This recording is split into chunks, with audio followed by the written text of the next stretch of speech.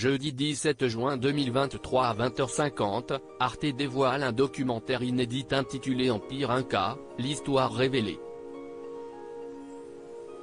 Des archéologues partent à la découverte des derniers secrets de cette civilisation disparue qui, contrairement à ce que l'on a toujours su, aurait pu avoir inventé une méthode d'écriture. L'histoire est souvent écrite par les vainqueurs.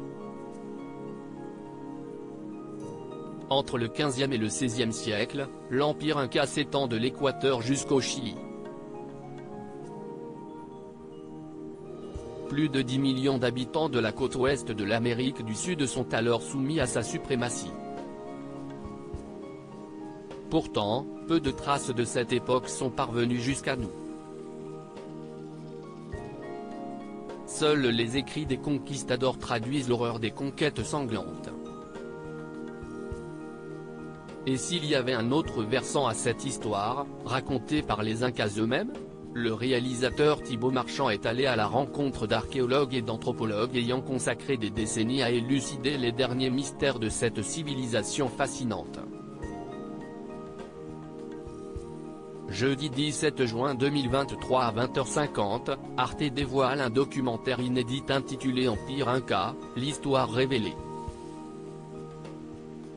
Arte part à la découverte des méthodes d'écriture très particulières des Incas. On ne connaît pas d'alphabet Inca. Les rares manuscrits qui racontent la vie sous Pachacútec, le premier empereur, et ses successeurs, ont été rédigés par les Espagnols. Mais aujourd'hui, des découvertes permettent de réécrire le récit passionnant de cet empire disparu. Sabina Yolande sillonne la cordillère des Andes à la recherche de quipu jalousement gardé.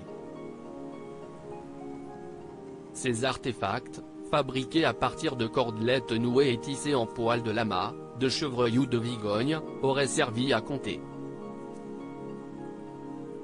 En 2017, l'anthropologue a appris l'existence d'autres types de quipus, servant cette fois à communiquer.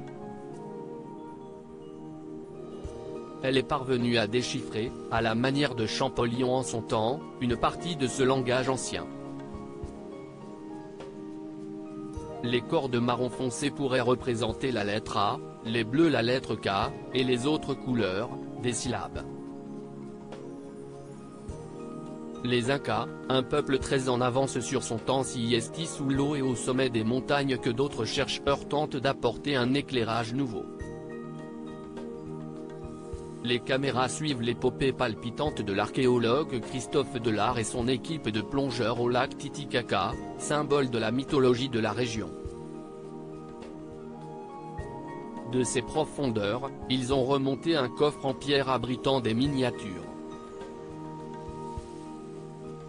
Une offrande aux dieux, sans doute en amont d'une conquête. Car s'ils ont souvent été dépeints comme barbares, il semble que les Incas étaient plus civilisés qu'on le pense. Dans l'enceinte du célèbre Machu Picchu, lieu de villégiature de l'empereur, des excavations ont mis au jour des squelettes de résidents arrivés de tout le continent.